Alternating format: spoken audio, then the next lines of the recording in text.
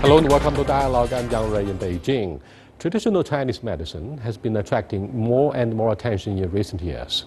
From the spotlight it seized at the Rio Olympics after Michael Phelps' cupping therapy to a recent controversy over a young actress' death as a result of choosing TCM to treat cancer. What are the theories behind the TCM and why do people question them? What's the relationship between modern medicine and TCM? And how does the future of TCM look to those in the know? To discuss these questions and more, I'm very happy to be joined in the studio by Dr. Shelley Oakes from ZHANG Chinese Medicine Clinic, Dr. XIAOJUN, Senior Consultant Doctor of TCM, and Professor Li Guangxi from Guang'anmen Hospital of China Academy of Chinese Medical Science.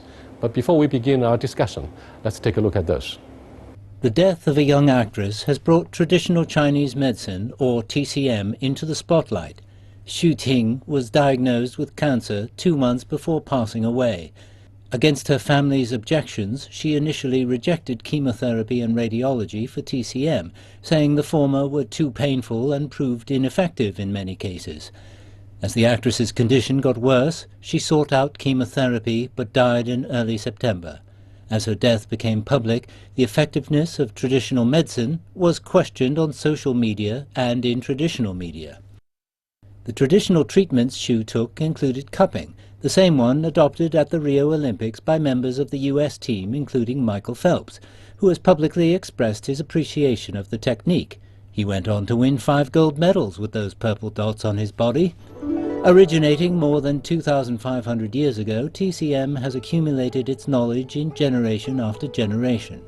The doctrines of TCM are rooted in books such as the Yellow Emperor's Inner Canon and the Treatise on Cold Damage, as well as in cosmological notions such as yin-yang and the 5 phases. Its medical practice includes various forms of herbal medicine, acupuncture, massage, exercise, and dietary therapy. Different from Western medicine, TCM's view of the body places little emphasis on anatomical structures, but is mainly concerned with the identification of functional entities. While health is perceived as harmonious interaction of these entities and the outside world, disease is interpreted as a disharmony in interaction. TCM practitioners believe Western medicine emphasizes curing symptoms of diseases, while TCM goes to the roots of diseases. Starting in the 1950s, TCM precepts were standardized in China, including attempts to integrate them with modern notions of anatomy and pathology. But its effectiveness remains poorly researched and documented, leaving much space for controversy. A Nature editorial even described it as fraught with pseudoscience. However, many patients still make use of the traditional approach. Traditional Chinese medicine is really good. I think it's more effective than Western medicine. Many people believe Western medicine works faster than TCM, but that's absolutely wrong. Actually, TCM is fast too, as long as you find the right treatment. Also a morale boost for TCM is pharmaceutical chemist Tu Youyou's winning of the 2015 Nobel Prize for her discovery of artemisinin, used to treat malaria. In her presentation at the Nobel Lectures in Physiology and Medicine, Tu said artemisinin is a gift from traditional Chinese medicine to the world. Today, TCM is practiced in more than 170 countries and regions worldwide. Welcome back. Well, the death of the young actress has sparked a vehement debate on the internet about why she and her family decided to choose the traditional Chinese therapies instead of, for example, chemotherapy for the treatment of the cancer. What do you think are the fundamental reasons behind their choice? I'm not sure the diagnosis of lymphoma, so what's the exact type, but I checked the internet.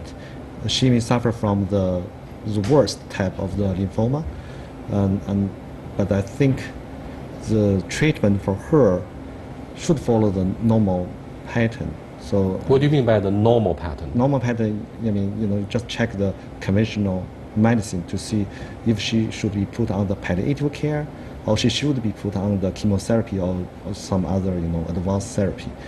So there is some kind of debates on this kind of I think debates actually took place surrounding the issue of whether she should have chosen traditional Chinese medicine or chemical therapy to reduce the pains, because she could no longer afford to take the pains, the physical pains and agony.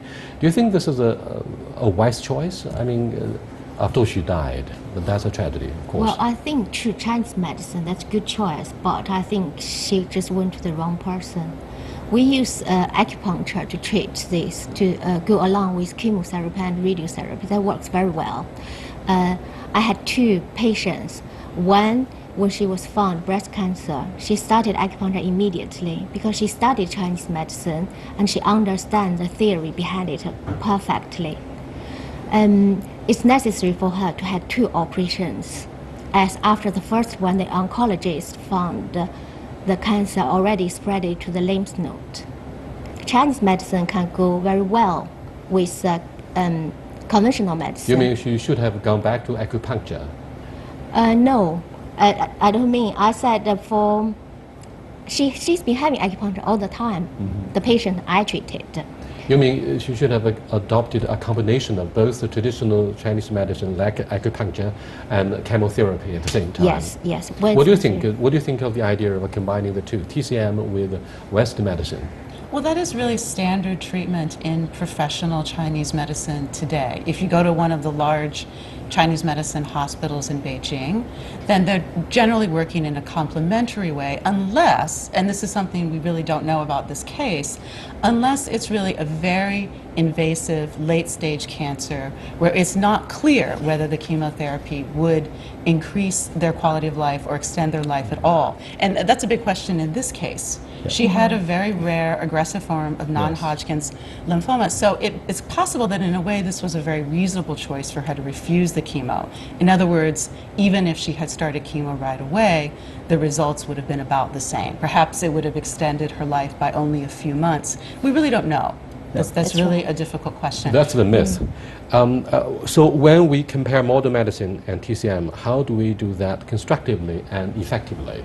Because the Chinese medicine look at people as a whole.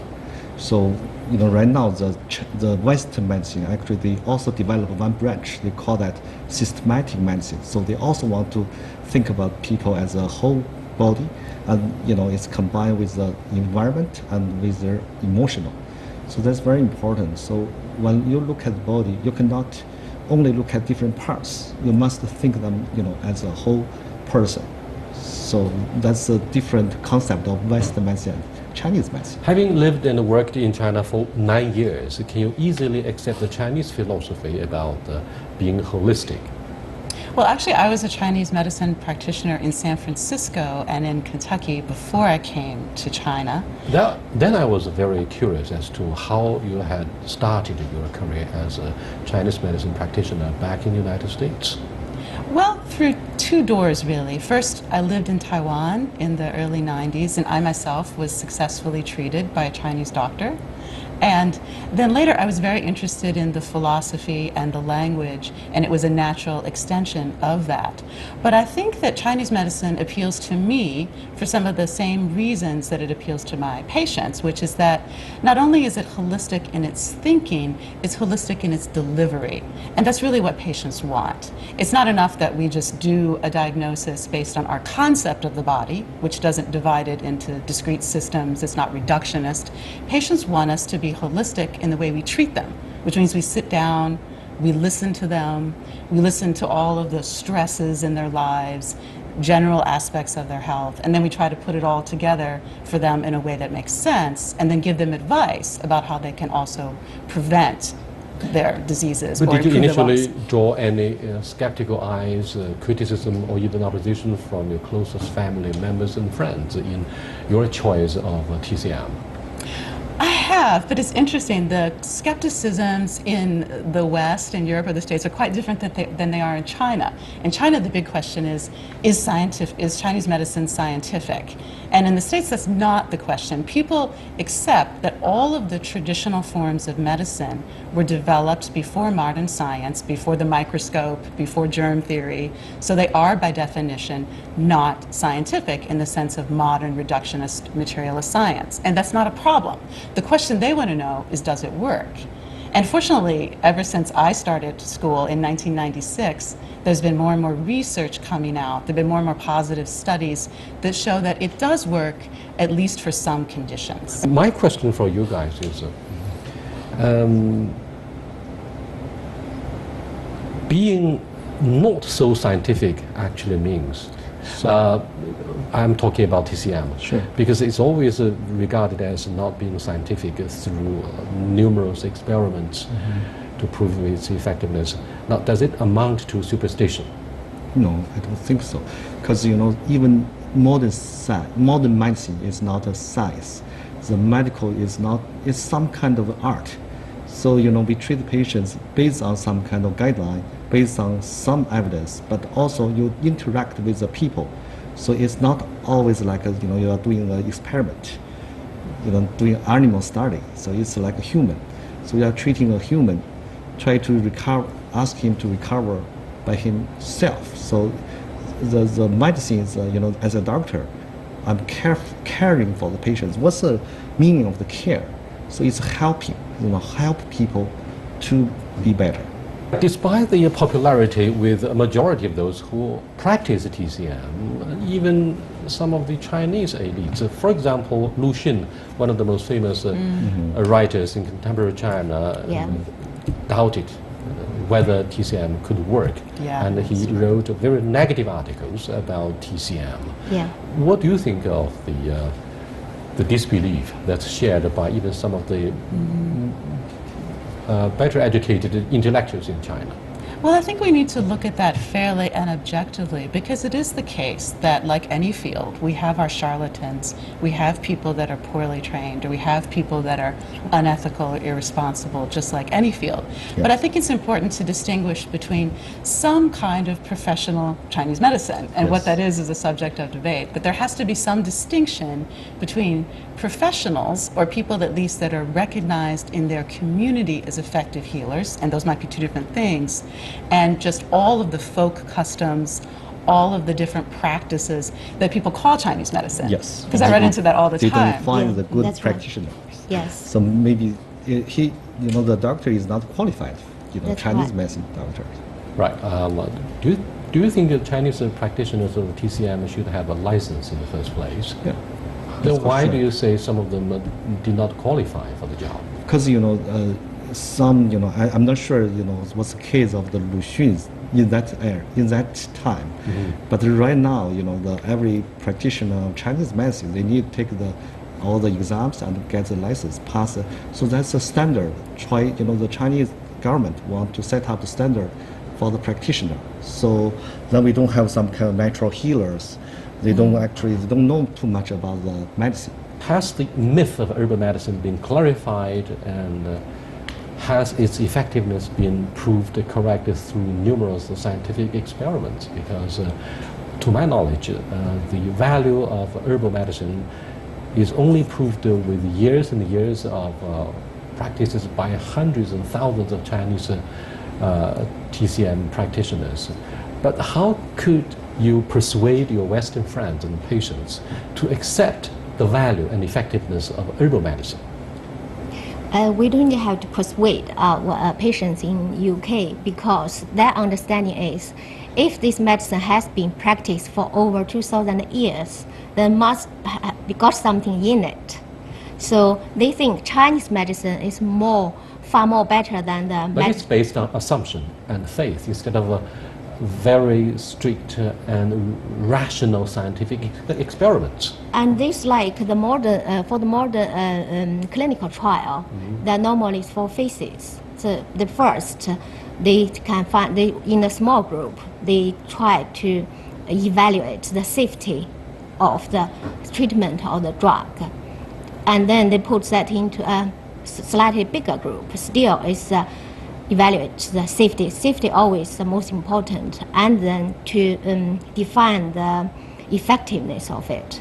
This all the 4 phases. It's just making the group larger and larger to find out the side effect, to make sure it's safe and the effectiveness.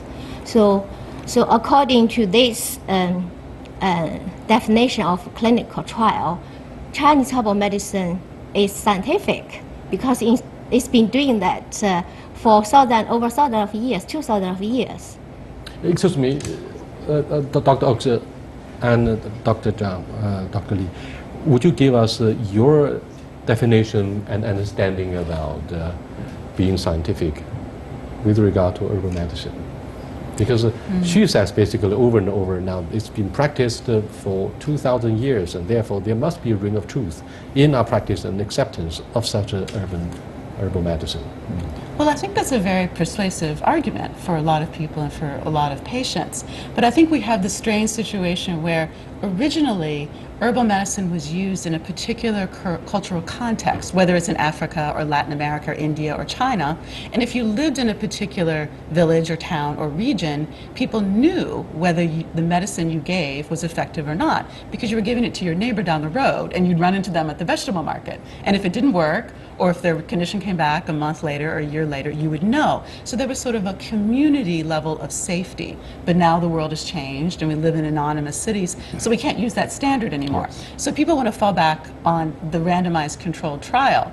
But as Dr. Zhang just said, those RCTs were really designed, they really were designed to test the efficacy and the safety of pharmaceuticals, and they don't work for Chinese medicine. Why? Because it's individualized.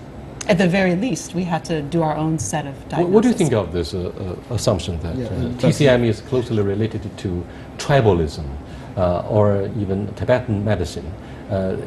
Not very scientific, but it's popular and effective. Yeah, but you know, actually I practice in China Academy of Chinese Medical Science. So what our responsibility is, we really need some data to show the efficacy and safety. We live in the age of big data, so we need to use scientific data. Because we need to do some trials, so that's our role. So we publish some papers on different kind of, you know, the herbal medicine. So we did that part of the job. But you know, if it's good or not, but we must try it. You know, we must, you know, follow the scientific way to do some kind of testing. That's one part of Chinese medicine, but I think maybe it's not the whole. You know, especially some medicine, you know, it's start from 1,000 years ago.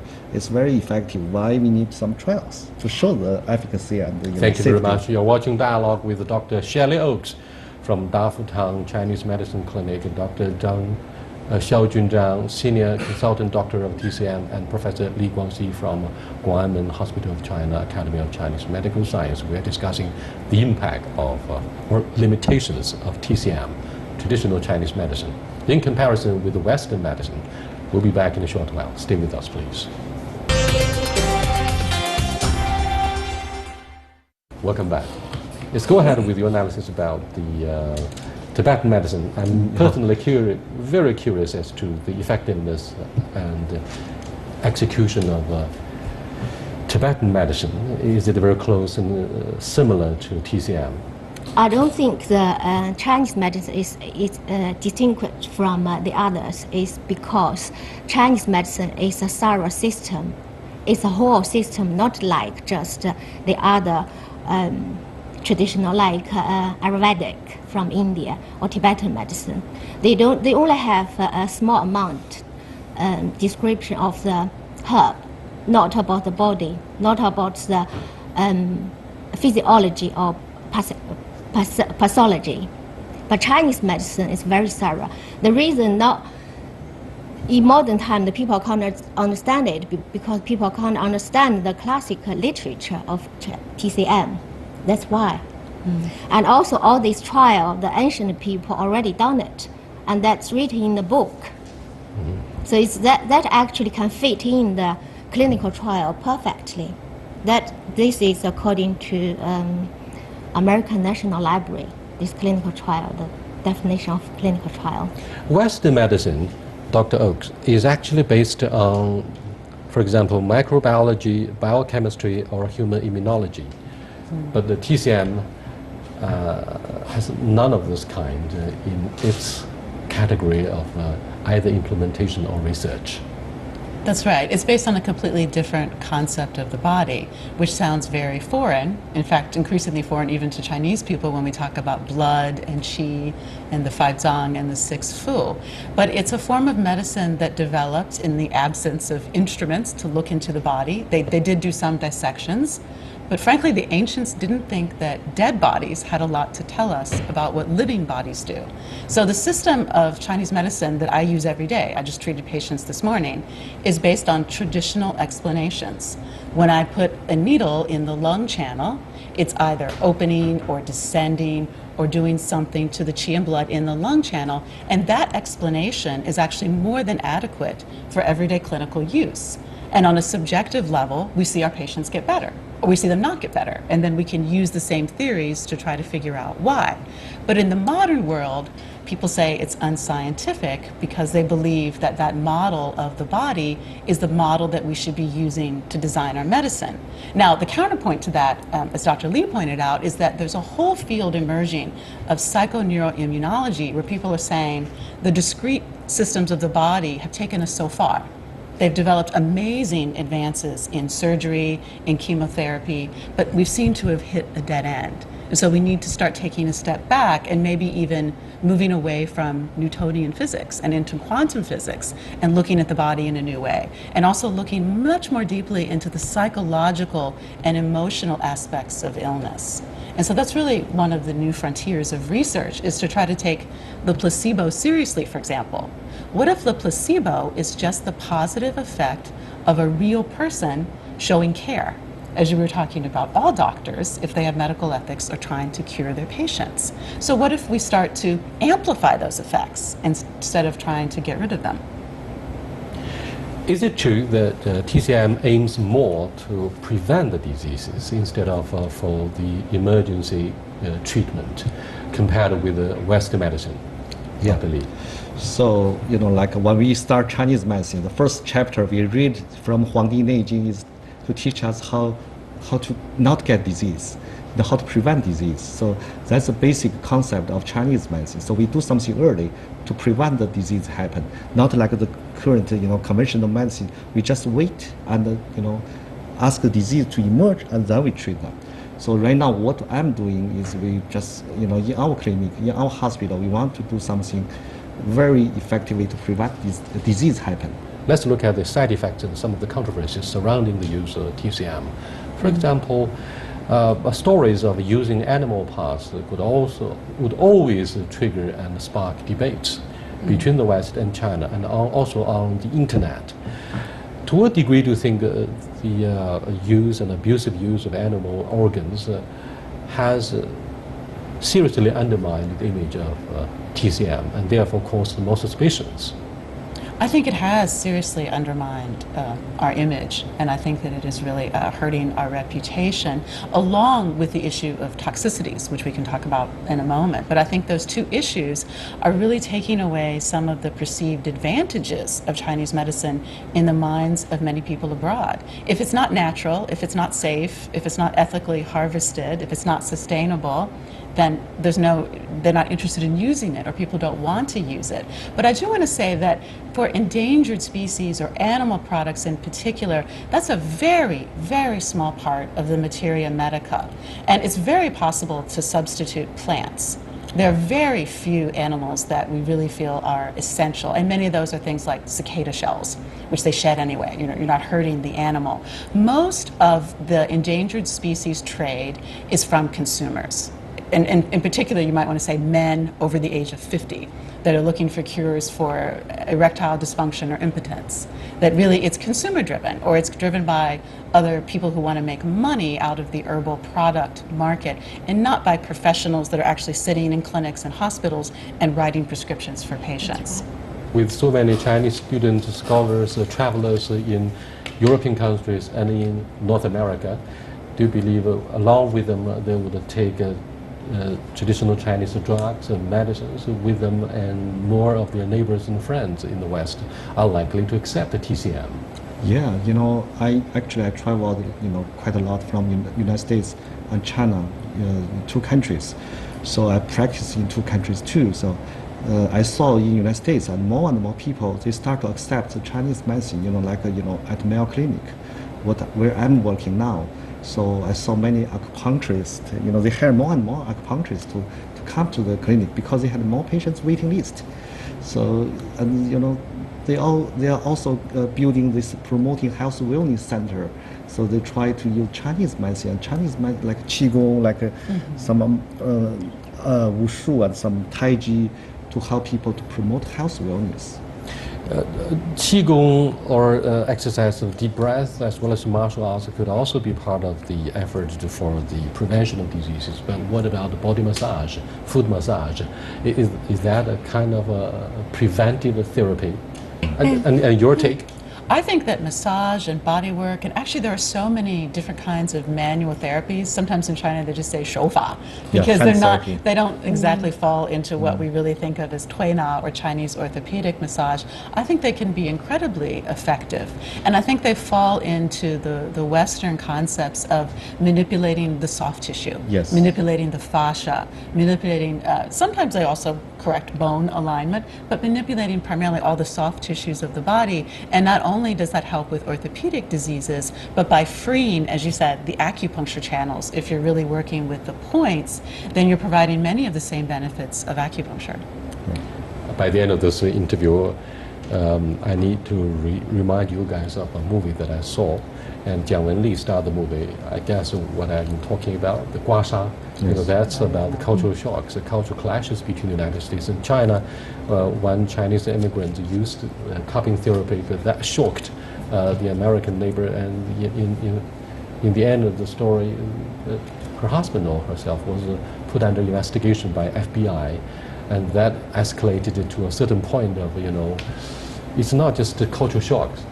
I think it's more about how to improve the mutual understanding between different cultures. And with that, we come to the end of a very profound discussion about the role of TCM and the image of Chinese culture in this context. I'll see you next time. Goodbye.